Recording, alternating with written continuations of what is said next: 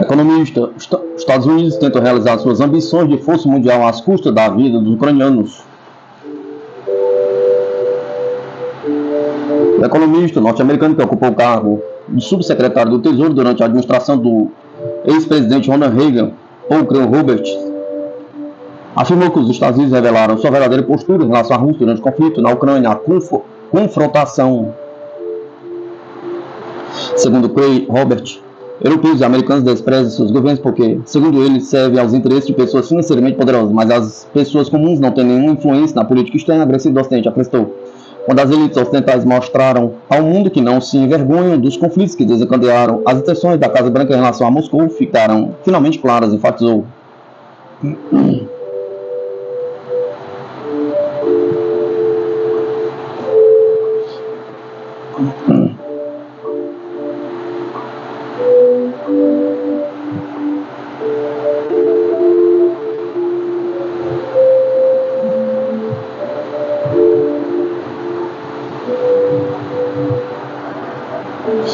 De locomotiva da Europa ao último vagão do bloco, os principais fatores da crise econômica alemã. A Alemanha, enquanto a terceira maior economia do mundo, costumava ser chamada de locomotiva da Europa. Hoje, esse país verdadeiramente central do continente europeu enfrenta um de seus mais graves desafios da história recente. Muito por conta da inflação a qual a Alemanha se submeteu a fim de início à política de sanções do Ocidente contra a Rússia. A popularidade do atual chanceler Oliver Scholz é uma das mais baixas em toda a história. Ao mesmo tempo, com o rombo no orçamento do governo estimado na casa de 60 bilhões, o próprio modelo da economia alemã parece estar sob ameaça. Vale lembrar que o modelo econômico alemão é baseado na indústria e no comércio, uma vez que o país é especialista em manufatura de produtos com alto grau de valor agregado. As marcas de carros alemães, assim como sua indústria química e farmacêutica, estão entre os principais do mundo e se tornaram ícones de sua economia. Além disso, a Alemanha também produz ferramentas e máquinas que são usadas em diversos segmentos da indústria ao redor do globo. Boa parte do maquinário usado nas fábricas do Brasil e da Alemanha, por exemplo. Especialmente em meados dos anos 90, após a reunificação, os alemães fizeram uma série de reformas estruturais no país que deram um novo dinamismo para a sua economia. Isso fez com que os produtos alemães ganhassem competitividade no mercado internacional, aliada à praticidade e aos baixos custos de energia da Rússia fornecida às suas indústrias. Como resultado, mais da metade da economia alemã é voltada para a exportação, sendo um dos principais destinos da China. Não à toa, durante a ascensão do país asiático nos anos 2000, o comércio entre os dois países cresceu vertiginosamente. Quando, por sua vez, a China apresenta desaceleração, a Alemanha acaba sofrendo por tabela. Esse, inclusive, é um dos motivos pelos quais os alemães querem tanto um acordo entre o Mercosul e a União Europeia, de modo a buscar alternativas para a exportação de produtos do país.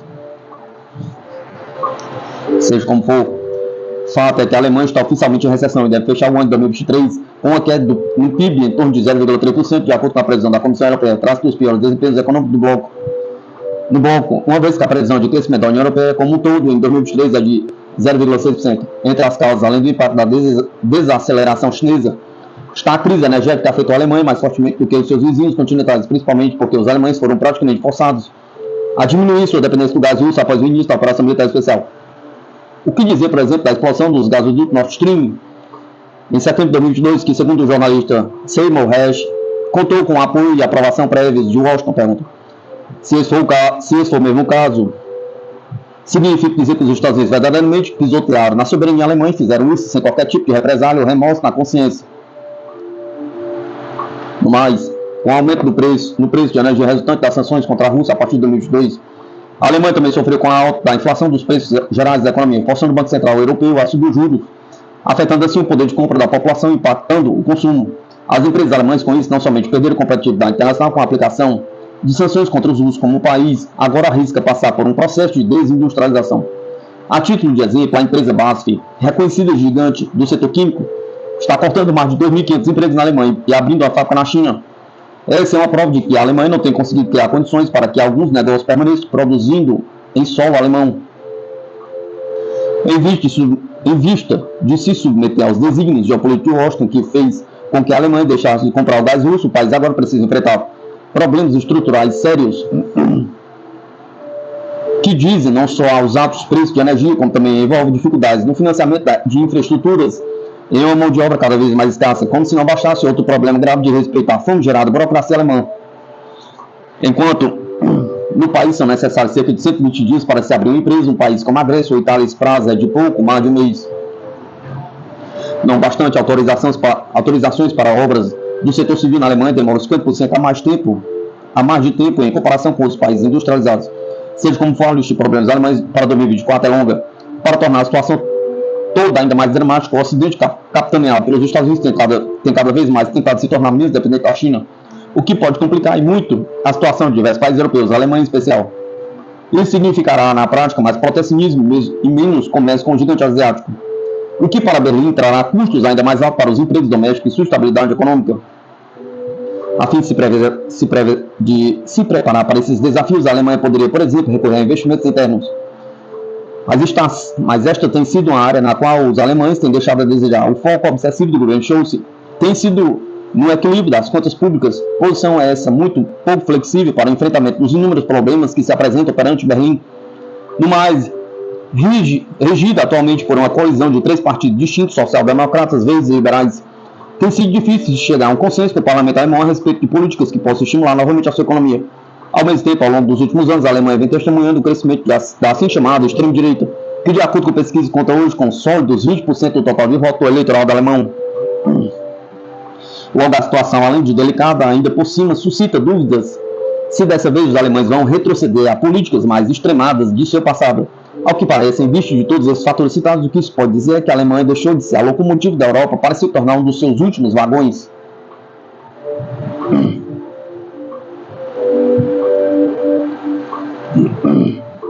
Comandante russo: navios dos Estados Unidos com mísseis Tomahawk são ameaça à segurança nacional da Rússia.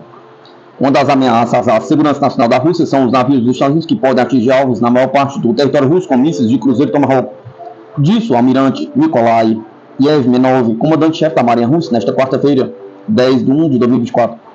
Yevmenov disse à mídia russa que um dos fatores que criam a ameaça à segurança militar da Rússia nas direções oceânicas e marítimas é o patrulhamento constante no mar por navios com mísseis de cruzeiro Tomahawk, de longo alcance, com a possibilidade de um ataque massivo contra alvos na maior parte do território da Rússia. A Rússia precisa de uma marinha moderna para combater as ameaças à segurança nacional, acrescentou o comandante. As ameaças existentes à segurança nacional exigem uma marinha moderna que possa afastar essas ameaças e, juntamente com esses tipos, com outros tipos e ramos das Forças Armadas, garantir a dissuasão estratégica nuclear e não nuclear da agressão e a proteção dos interesses nacionais da Federação da Rússia nos oceanos do mundo, diz Yevmenov. De acordo com dados abertos, os principais transportadores de mísseis e de cruzeiro Tomahawk são os destroyers da classe Arleigh Burke e os cruzadores da classe Ticonderoga da Marinha dos Estados Unidos. Atualmente, os Estados Unidos têm mais de 10 cruzadores da classe Ticonderoga e cerca de 70 destroyers da classe Arleigh Burke. Junto, esses navios de guerra podem transportar potencialmente mais de 7 mil mísseis Tomahawks.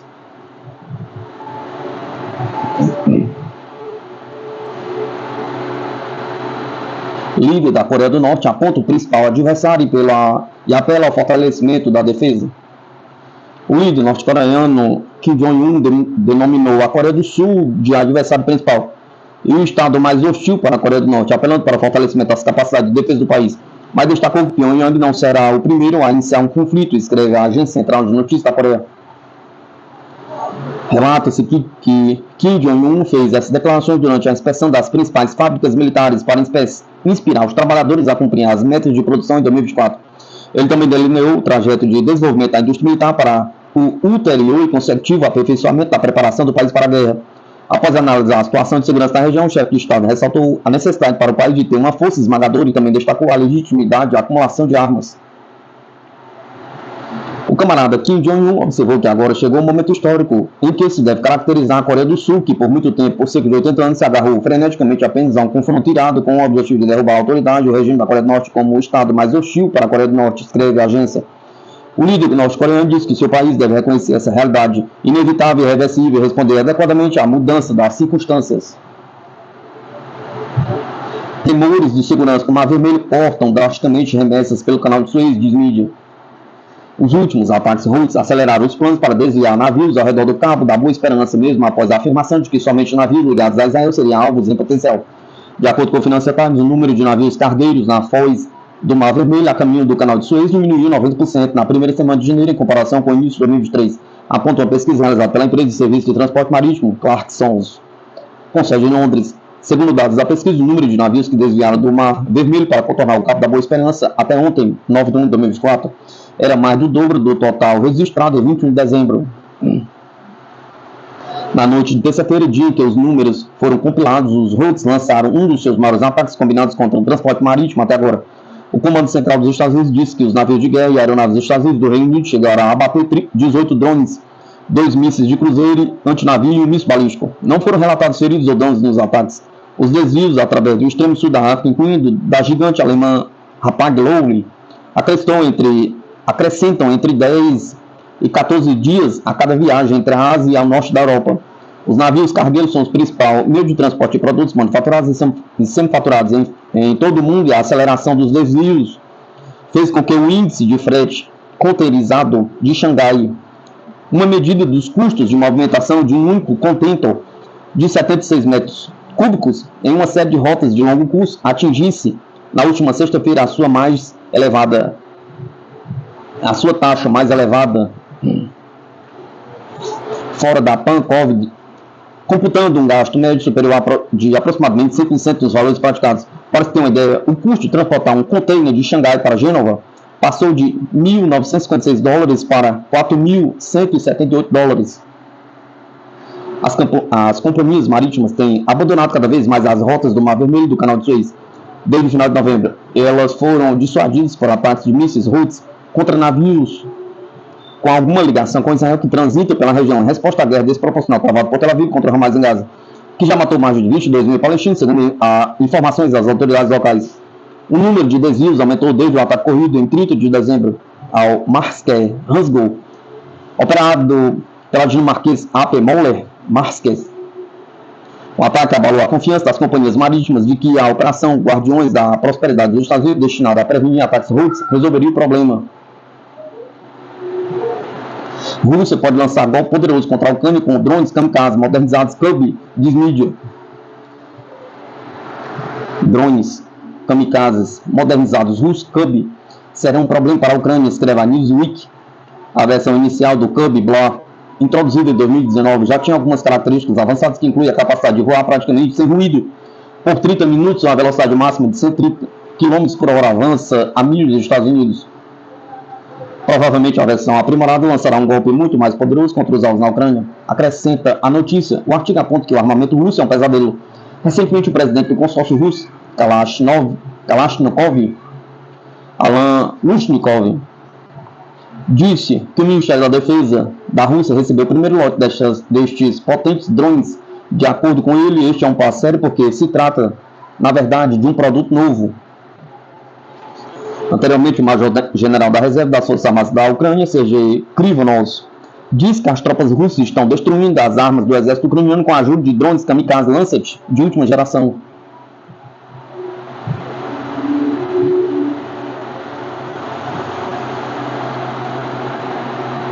Marinha lança na sexta-feira, 12 de 1 de 2024, novo submarino Yumaitar S-41.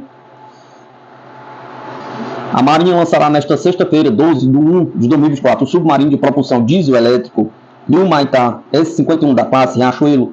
A cerimônia está prevista para acontecer no Complexo Naval de Itaguaí, no Rio de Janeiro. O evento contará com a presença de autoridades e marca a transferência do submarino ao setor operativo da Força Naval. Desenvolvido dentro do Programa de Desenvolvimento de Submarinos ProSub da Marinha, a classe Riachuelo é baseada nos submarinos franceses Scorpene, que estão sendo construídos com a transferência de tecnologia entre as nações. 4 submarinos estão previstos para ser produzidos. O primeiro, homônimo, a classe, foi entregue em setembro de 2022. Ainda estão na lista o Toneleiro S-42 e o Angostura S-43.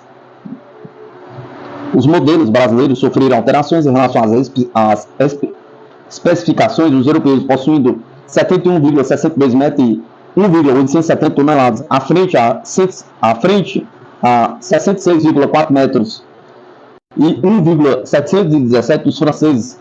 Eles também serão capazes de deslocar 2.200 toneladas em imersão. Os submarinos contarão com 6 tubos lança-torpedos de 21 polegadas, capazes de lançar um submarino de propulsão nuclear brasileiro, considerada a cereja do bolo do projeto de defesa e soberania nacional. O submarino nuclear tornará o Brasil um líder incomparável nas águas do mundo. O que esperar das eleições presidenciais? Taiwan realizará eleições Seus resultados determinarão a situação de segurança na região da Ásia-Pacífico e, em particular, as relações entre os dois lados do Estreito de Taiwan nos próximos 8 anos. Tradicionalmente, as eleições de Taiwan, a principal rivalidade era entre os dois principais partidos, o Kuomintang, o que tem de mais para a reunificação com a China, e o Partido Democrático Progressista, que é a favor da independência da ilha. A atual líder taiwanesa, Tsai Ing-wen, do PDP, tem ocupado o cargo desde 2016, quando venceu as eleições. Entretanto, os ciclos eleitorais da ilha, caracterizados geralmente pelas chamadas oscilações políticas, quando o poder passava de um partido para o outro. Vale ressaltar que o anterior líder taiwanês, Mao Ying-jeou, representava o partido Kuomintang. Taiwan deu um grande salto no desenvolvimento econômico e tecnológico nas últimas décadas. Atualmente, mais de 60% da produção global de chips vem de Taiwan, com mais de 90% dos chips de última geração sendo fabricados exclusivamente na ilha. Porém, o salário mínimo em 25 anos subiu menos que o dobro. Ao mesmo tempo, nas maiores aglomerações urbanas, o preço dos automóveis aumentou 180% a 200% nos últimos 20 anos. Vale destacar que o principal foco da controvérsia entre o partido governante, PDP, e os outros candidatos vem com as relações com a China continental. Tanto a mídia ocidental como a chinesa tem rotulado o PDP de partido de guerra. Já os partidos Kuomintang e o Partido Popular de Taiwan, orientados para as relações mais construtivas com a China continental, partidos da país. E sobre a atual líder de Taiwan, Tsai Ing-wen, tem havido muitos incidentes que exacerbaram as tensões no Estreito de Taiwan. O exemplo mais marcante foi a visita da ex-presidente da Câmara dos Representantes dos Estados Unidos, Nancy Pelosi, a Taiwan, que fez Pequim realizar um exercício militar em larga escala. De qualquer forma, os taiwaneses farão sua escolha em 13 de janeiro. Naturalmente, o desenvolvimento futuro da situação regional dependerá não só das autoridades da ilha, mas também do comportamento dos vizinhos e parceiros do Taiwan. Houthis lançam seu maior ataque com mísseis no Mar Vermelho. Reino Unido enviará porta-aviões. Na madrugada desta quarta-feira, 10 de 1 de 2024, os Houthis lançaram seu maior e mais complexo ataque contra embarcações comerciais no Mar Vermelho desde que a atual guerra Israel-Hamas começou. Londres vai enviar navios de guerra e porta-aviões no Oceano Índico. No total, 18 drones, 2 mísseis de cruzeiro e um míssil balístico foram lançados pelos Houthis durante a noite, os quais foram rebatidos por forças norte-americanas e britânicas, de acordo com a BBC. Aviões de guerra norte-americanos operando a partir de um porta-aviões gigante, bem como outros navios de guerra dos Estados Unidos, também participaram da missão ao lado do destroyer britânico HMS Diamond. O navio de guerra HMS Diamond abateu 7 drones lançados por militantes Houthi apoiados pelo Irã no Mar Vermelho na noite da terça-feira, em uma operação com as forças dos Estados Unidos para repelir o maior ataque de drones e mísseis até o momento. Aqui estão algumas fotos do Ministério da Defesa. O comandante central dos Estados Unidos, CENTCOM, disse que não foram relatados feridos nem danos, acrescentando que este foi o 26º ataque Houthi a rotas comerciais do Mar Vermelho desde 19 de novembro. As ações do grupo Yemita acontecem em resposta à campanha militar israelense. Segundo os Houthis, os ataques têm como alvo navios ligados a Israel e as ações só vão parar quando o cessar-fogo for decretado no enclave palestino. Em discurso televisionado, o porta-voz militar Houthi, Ian Sareh, afirmou que a operação foi uma resposta preliminar a um ataque anterior norte-americano que matou 10 combatentes Houthis. Quase 15% do comércio marítimo global passa pelo Mar Vermelho, que está ligado ao Mediterrâneo pelo Canal de Suez, e é a rota marítima mais curta entre a Europa e a Ásia. Em meio às tensões, o Reino Unido disse nesta quarta-feira que enviará navios de guerra ao Oceano Índico. Ainda neste ano, importar aviões à região em 2025 para treinamento e operações conjuntas com as forças marítimas da Índia, à medida que os dois países fortalecem seus laços de segurança. Não há absolutamente nenhuma dúvida de que o mundo está a tornar-se cada vez mais contestado, por isso é vital que continuemos a desenvolver as nossas relações estratégicas com parceiros chaves como a Índia, disse Grant Shapps, secretário de Defesa britânico, em um comunicado durante a visita do seu homólogo indiano, Rajnath Singh, ao Reino Unido. No final de dezembro, a Marinha da Índia enviou um navio de guerra ao Mar da Arábia, após ataque com drones contra o petroleiro MV Shem Pluto, o qual foi alvo por sua afiliação israelense, já que a operação do navio tanque Ace Quantum Chemical Tankers é de prioridade conjunta do bilionário israelense Idan Ofer. Os Estados Unidos e outros países lançaram no mês passado a Operação Guardião da Prosperidade para proteger embarcações civis em uma das rotas comerciais mais importantes do mundo. A Itália não aderiu à missão liderada por Washington, com outros aliados da União Europeia também parecendo distanciar-se da iniciativa.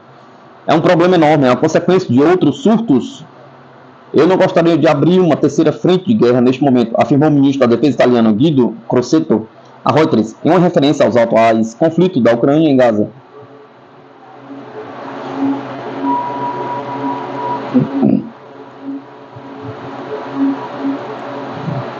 Mídia japoneses criticam a ajuda de Tóquio a Kiev e dizem que necessidades internas são prioritárias.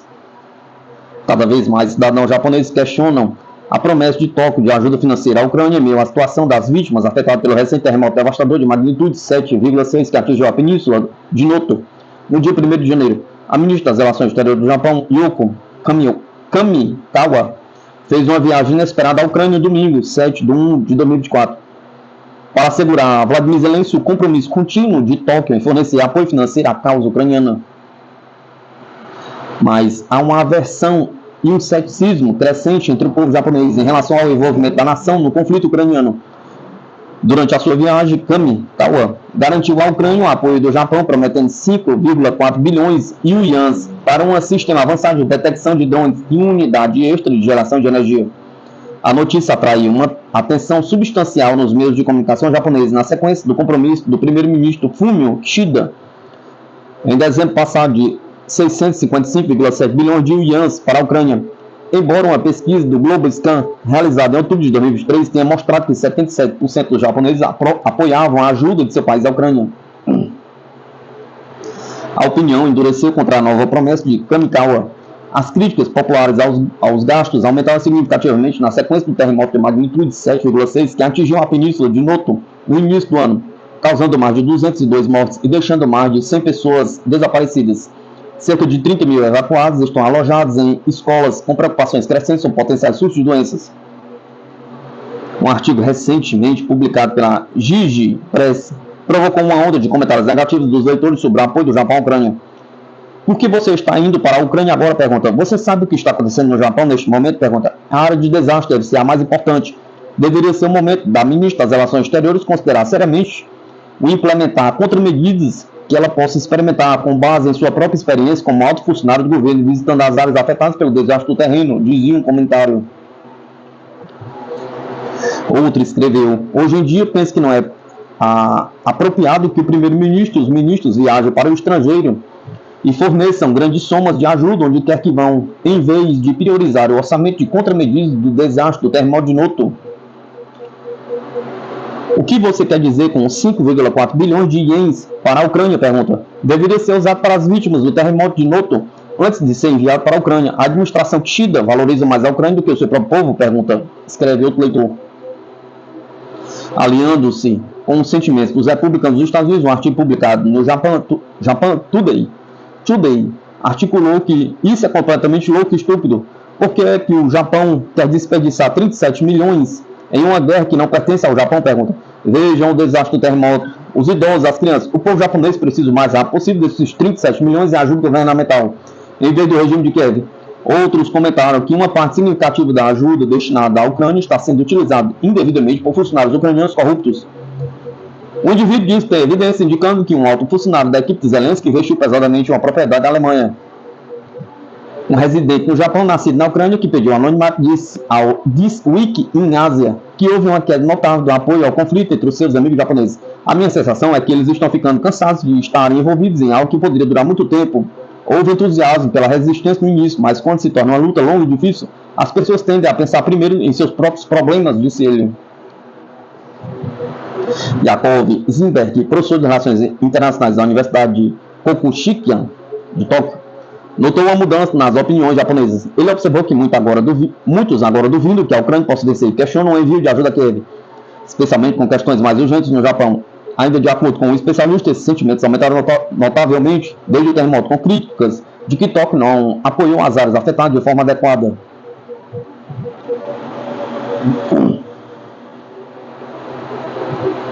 Após 5 anos, a Alemanha descongela vendas de armas à Arábia Saudita por apoio de Riad a Israel. O governo alemão aprovou nesta semana a compra de 150 mísseis AIM-T pela Arábia Saudita. Também sinalizou que Berlim já pode apoiar a venda de aeronaves Eurofighter a Riad.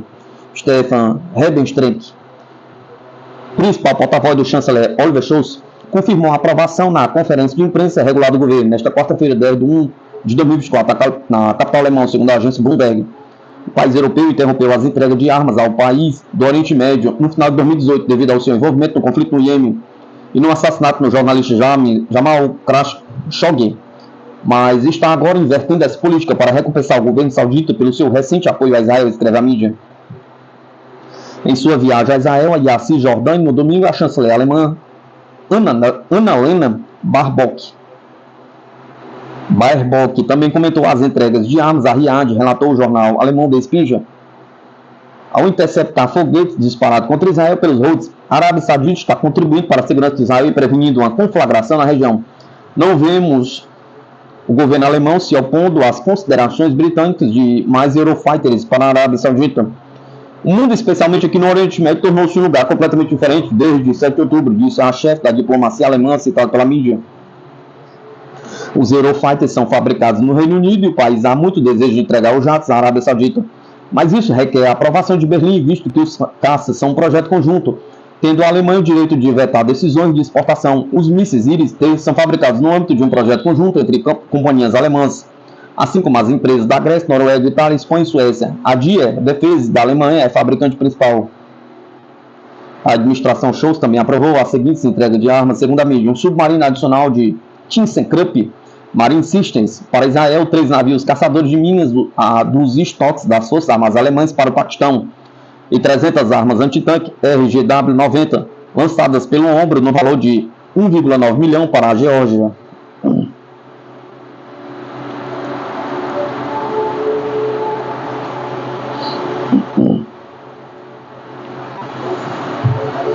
Acabou a viagem europeia da Rússia. Sergei Karaganov, entrevistado por Evgeny Shostakov, em termos centro de poder global, o velho mundo está acabando. Moscou entende isso, mas os nossos antigos parceiros permanecem em negação. Não há muito tempo, o ministro da Defesa alemão, Boris Pistorius, disse: a União Europeia tem de estar pronta para a guerra até o fim da década. Berlim começou a falar do regresso do serviço militar universal e dos preparativos para uma confrontação com Moscou. Há sentimentos semelhantes na Polônia, mas será apenas por causa dos acontecimentos na Ucrânia? Pergunta. Qual é a razão para o recrudescimento do discurso de combate na Europa? O importante jornal russo Russkaya Gazeta entrevista o especialista em relações internacionais Sergei Karaganov, presidente honorário do Conselho de Política Externa de Defesa da Rússia, supervisor acadêmico da Escola Superior de Economia Internacional e Negócios Estrangeiros em Moscou e antigo conselheiro do Kremlin. Evgeny Shostakov.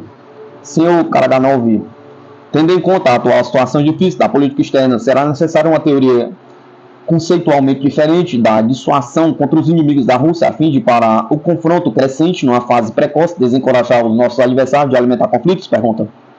Resposta. As elites da Europa Ocidental, especialmente da Alemanha, estão num estado de fracasso histórico. A base principal do seu domínio de 500 anos do mundo foi a superioridade militar, sobre a qual se construiu o domínio econômico, político e cultural do Ocidente. Mas isso foi-lhes arrancado. Com a ajuda desta vantagem, manipularam os recursos do mundo a seu favor. Primeiro pilharam as suas colônias e mais tarde fizeram o mesmo, mas com métodos mais sofisticados. As elites ocidentais atuais não estão a conseguir resolver uma série de problemas crescentes nas suas sociedades. Estes incluem a redução da classe média e o aumento das desigualdades. Quase todas as iniciativas estão a fracassar. A União Europeia, como todos sabem, está a estender-se de modo lento, mas constante. É por isso que a sua classe dirigente tem sido hostil à Rússia desde há cerca de 15 anos. Precisam de um inimigo externo. Josep Borrell, o principal responsável pelos negócios estrangeiros da União Europeia, chamou de selva o mundo em torno do bloco no ano passado. Na verdade, no passado, a chanceler alemã Angela Merkel disse que as sanções adotadas pela União Europeia contra a Rússia eram necessárias, antes de mais, para unir a União Europeia e evitar o seu colapso. As elites alemãs e da Europa Ocidental têm um complexo de inferioridade numa situação que, para elas, é agora monstruosa, em que a sua parte do mundo está a ser ultrapassada por todos nós, não só pelos chineses e pelos americanos, mas também por muitos outros países, ou como eles chamam, os países da maioria mundial. A ameaça que agora se apresenta à Europa Ocidental é o fato de o velho mundo ter perdido o medo dos conflitos armados. Isso é muito perigoso. Ao mesmo tempo, o Ocidente da Europa, permite-me que vos recorde, tem sido a fonte dos piores catástrofes da história da humanidade. Atualmente, na Ucrânia, há uma luta não só pelos interesses da Rússia, pelos interesses de sua segurança, mas também para evitar um novo confronto global. A ameaça está a crescer e isso também se deve às tentativas desesperadas do Ocidente de contra-atacar para manter o seu domínio. As atuais elites da Europa Ocidental estão a fracassar e a perder influência no mundo muito mais do que as suas congêneres americanas. A Rússia está a travar a sua própria batalha e trava-la com êxito. Estamos a agir com confiança suficiente para dar juízo a estas elites ocidentais para que não desencadeie outro conflito mundial em desespero com os seus fracassos. Não devemos esquecer que os antecessores destas mesmas pessoas desencadearam 2 guerras mundiais no espaço de uma geração, no século passado. Atualmente, a qualidade destas elites é ainda mais baixa do que era na altura. Pergunta. Está a falar da derrota espiritual e política da Europa Ocidental como um fato consumado? Pergunta. Resposta. Sim. Isso é assustador. Afinal de contas, também fazemos parte da cultura europeia. Mas espero que, através de uma série de crises daqui a 20 anos, digamos, prevaleçam forças sãs neste lado do continente e acordará do seu fracasso, incluindo o seu fracasso moral. Para já, estamos a assistir à formação de uma nova cortina de ferro em relação à Rússia. O Ocidente está a tentar apagar o nosso país, incluindo os domínios da cultura e dos valores. Há uma desumanização deliberada dos russos nos mídias. Devemos reagir de forma inversa e cancelar o Ocidente? Pergunta. De modo algum, o Ocidente está agora a fechar a cortina de ferro, em primeiro lugar porque nós, na Rússia, somos os verdadeiros europeus. Continuamos a ser saudáveis e eles querem excluir estas forças saudáveis. Em segundo lugar, o Ocidente está a fechar esta cortina, ainda mais firmemente que durante a Guerra Fria, a fim de mobilizar sua população para as hostilidades. Mas nós não precisamos de uma confrontação militar com o Ocidente, pelo que nós apoiaremos uma política de contenção para evitar pior. É claro que não vamos cancelar nada, incluindo a nossa história europeia. Sim, concluímos o nosso percurso europeu. Em termos de integração, penso que se arrastou um pouco, talvez durante um século, mas sem a inoculação europeia, sem a cultura europeia, nós não nos teríamos tornado uma grande potência. Não teríamos tido Dostoiévski, Tolstói, Pushkin ou Bloch. Por isso, vamos manter a cultura europeia, que o Ocidente do nosso continente parece estar a tentar abandonar. Mas espero que não se destrua completamente a este respeito, porque a Europa Ocidental não está apenas a abandonar a cultura russa, está a abandonar a sua própria cultura, está a anular uma cultura que se baseia largamente no amor e nos valores cristãos, está a anular a nossa história e destruir os seus monumentos. No entanto, não rejeitaremos as nossas raízes europeias. Sempre fui contra o fato de olharmos para o Ocidente com melindres. Não se deve fazer isso. Nesse caso, seríamos como eles, e eles estão agora a desejar por uma marcha inevitável em direção ao fascismo. Não precisamos de todos os contágios que têm estado e estão a crescer a partir do Ocidente, da Europa, incluindo mais uma vez o contágio crescente do fascismo. Pergunta. O ano de 2023 assistiu ao descongelamento dos velhos conflitos, à criação demonstrativa das condições para novos conflitos, a explosão previsível do confronto Israel-Palestina, uma série de guerras em África e confrontos mais localizados no Afeganistão, Iraque e Síria. Será que essa tendência vai continuar? Pergunta. Resposta. Essa tendência não se transformará numa avalanche no próximo ano, mas é bastante óbvio que vai aumentar porque as placas tectônicas sobre o sistema mundial se deslocaram. A Rússia está muito mais bem preparada para esse período do que estava há alguns anos. A operação militar que estamos a conduzir na Ucrânia visa, entre outras coisas, preparar o país para a vida no mundo muito perigoso do futuro. Estamos a purificar a nossa elite e livrar-nos de elementos corruptos e pró-ocidentais. Estamos a revitalizar a nossa economia. Estamos a revitalizar nossas forças armadas. Estamos a reavivar o espírito russo. Estamos agora muito mais bem preparados para defender os nossos interesses no mundo do que estávamos há alguns anos atrás. Vivemos num país ressurgente que olha corajosamente para o futuro. A operação militar está a ajudar-nos a purgar-nos dos ocidentais e dos ocidentalizadores e encontrar o nosso novo lugar na história e finalmente a fortalecer-nos militarmente. Pergunta. Concordo que a partir de 2024 o mundo entrará no período de conflito prolongado? Pergunta. A humanidade atual tem vontade política para alterar essa situação? Pergunta. Resposta. É claro que entramos numa era de conflitos prolongados, mas estamos muito mais bem preparados para eles do que nunca. Parece-me que, ao seguirmos um caminho de contenção do Ocidente, de construção de relações fraternas com a China, estamos a tornar-nos um eixo do mundo que pode evitar que todos deslizem para uma catástrofe global. Mas para isso são necessários esforços para manter ajuizados os nossos adversários no Ocidente. Entramos numa luta para salvar o mundo. Talvez a missão da Rússia seja libertar o nosso planeta do jugo ocidental, salvá-lo das dificuldades que surgirão das mudanças que já estão a causar muitos atritos. A ameaça vem em grande parte do contra-ataque desesperado do Ocidente, que se agarra ao seu domínio de 500 anos que lhe permitiu pilhar o mundo. Vemos que surgiram os novos valores do Ocidente, incluindo a negação de tudo o que é humano e divino no homem. As elites ocidentais começaram a alimentar esses antivalores e a suprimir os valores normais. Temos, portanto, um período difícil pela frente, mas espero que nos preservemos e ajudemos o mundo a salvar a humanidade tradicional. Um dos muitos problemas que o mundo enfrenta atualmente é, evidentemente, o fato de a economia global estar numa crise sistêmica devido ao crescimento interminável do consumo. Isto destrói a própria natureza. O homem não foi criado para consumir, para ver o sentido da existência na compra de coisas novas. Pergunta. Em entrevista à Interfax, o nosso vice-ministro dos Negócios Estrangeiros, Sergei Ryabkov, associou o possível abandono futuro do rumo anti-russo dos Estados Unidos e dos seus subordinados a uma mudança geracional no Ocidente.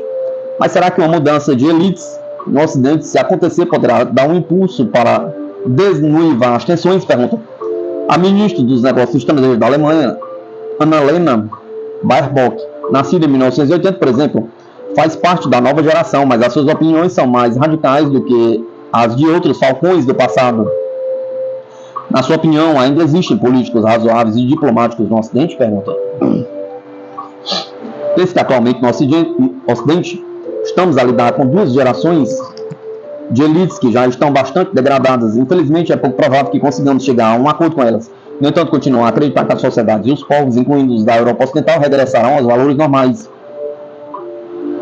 É claro que isso exigirá uma mudança de geração das elites. Concordo com o Sergei Ryabkov quando diz que vai demorar muito tempo, mas espero que os países da Europa Ocidental e talvez também os Estados Unidos não caiam num estado sem esperança e que forças nacionais saudáveis regressem ao poder em toda a Europa. No entanto, não acredito que forças nacionais reais e pragmáticas possam chegar ao poder na Europa Ocidental no futuro próximo. Por isso, acredito que, se alguma vez falarmos de retorno a relações normais entre a Rússia e o Ocidente, isso levará pelo menos 20 anos. Também temos de perceber que já não precisamos do Ocidente. Tiramos tudo o que podíamos desta maravilhosa viagem europeia que Pedro o Grande iniciou. Agora temos de regressar a nós próprios. As origens da grandeza da Rússia trata-se evidentemente do desenvolvimento da Sibéria, o seu novo desenvolvimento, que significa alcançar novos horizontes. Temos de nos lembrar que não somos tanto um país europeu como um país euroasiático. Não me cansarei de vos recordar que Alexandre Nevsky passou 1 ano e meio a viajar pela Ásia Central e depois pelo sul da Sibéria, a caminho de Karakorum, a capital do Império Mongol. De fato, ele foi o primeiro russo siberiano. Ao regressar à Sibéria, aos Urais, ao construir novas estradas, novas indústrias, estamos a regressar a nós próprios, às raízes dos nossos 500 anos de grandeza. Só depois da abertura da Sibéria que a Rússia encontrou a força e a oportunidade de se tornar uma grande potência. Infelizmente, em princípio, no futuro previsível, não pode haver acordos sérios de limitação de armas entre estados. Até que ponto é razoável esquecer a Europa durante décadas? Pergunta. Não devemos, em circunstância alguma, esquecer as velhas pedras sagradas da Europa, de que falava Dostoiévski. Elas fazem parte da nossa autoconsciência. Eu próprio adoro a Europa, a Veneza em particular. Foi para esta cidade que passou a Rota da Seda e, através dela, as grandes civilizações asiáticas. Nessa altura, aliás, elas ultrapassaram a civilização europeia no seu desenvolvimento. Mesmo há 150, 200 anos, olhar para a Europa era um sinal de modernização e progresso. Mas desde há muito tempo, e ainda mais atualmente, é um sinal de atraso intelectual e moral. Não devemos negar as nossas raízes europeias. Devemos tratá-las com cuidado. Afinal de contas, a Europa deu-nos muito. Mas a Rússia tem de avançar. E avançar não significa para o Ocidente, mas para o Leste e para o Sul. É aí que reside o futuro da humanidade. Pergunta. O Tratado sobre Armas Estratégicas Ofensivas expira em 2026. O que vem a seguir? Pergunta. Perante o niilismo jurídico do Ocidente, podemos contar com novos acordos militares interestatais? Pergunta. Ou estará a humanidade condenada a uma corrida incontrolável aos armamentos até a instalação de uma nova ordem mundial e, consequentemente, de um novo status quo? Pergunta. Resposta. É inútil negociar com os atuais elites ocidentais.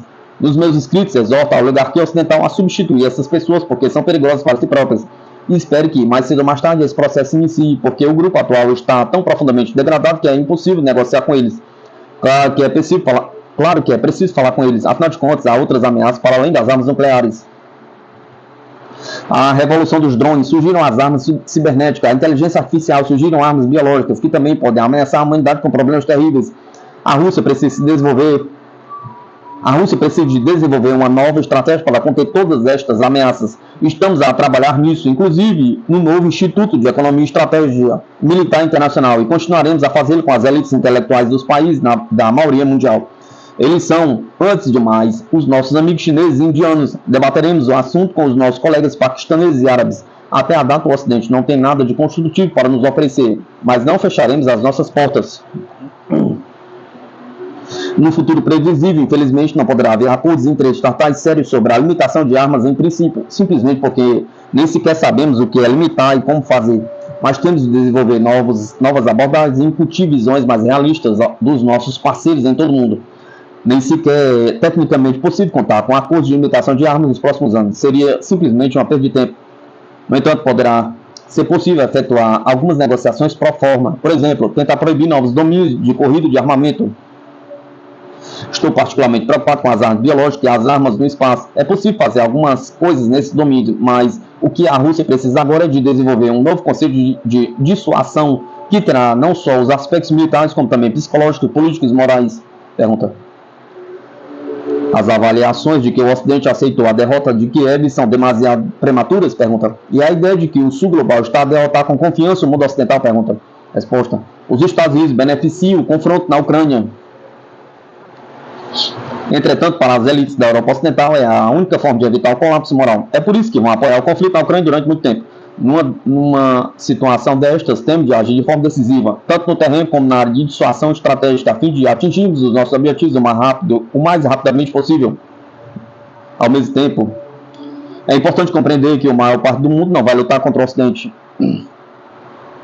Muitos países estão interessados em desenvolver relações comerciais e outras com o Ocidente. Por conseguinte, a maioria mundial é um parceiro, mas não um aliado da Rússia. Temos de ser duros, mas calculistas. Tenho quase a certeza de que, com a política correta de contenção e uma política ativa na periferia da Ucrânia, podemos quebrar a vontade da perigosa resistência do Ocidente. No mundo de hoje, é cada um por si. É um mundo maravilhoso, multipolar e multicolorido. Isso não significa que daqui a 20 anos não existam alguns blocos, incluindo um bloco pró-russo condicional. Temos de nos encontrar, de compreender quem somos. Uma grande potência euroasiática, a Eurásia do Norte. Um libertador de nações, um garante da paz e um pivô político-militar da maioria mundial. Este é o nosso destino. Além disso, estamos preparados de forma única para este mundo devido à abertura cultural que adquirimos com a nossa história. Somos religiosamente abertos. Somos abertos à língua nacional. Tudo isso é algo que estamos agora a defender. Cada vez mais apercebemos de que o mais importante em nós é o espírito russo e a cultura russa. Somos todos russos, tátaros, chechenos, yakuts. Penso que estamos a reencontrar-nos e entro no ano novo com uma sensação de elevação espiritual e de otimismo. A Rússia está a renascer e é absolutamente óbvio.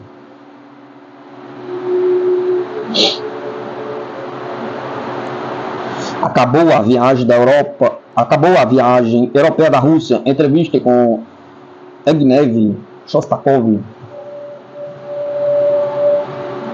presidente honorário do Conselho da Política Externa e da Defesa da Rússia, reitor da Escola Superior da Economia Internacional e Negócios Estrangeiros em Moscou e antigo conselheiro do Kremlin.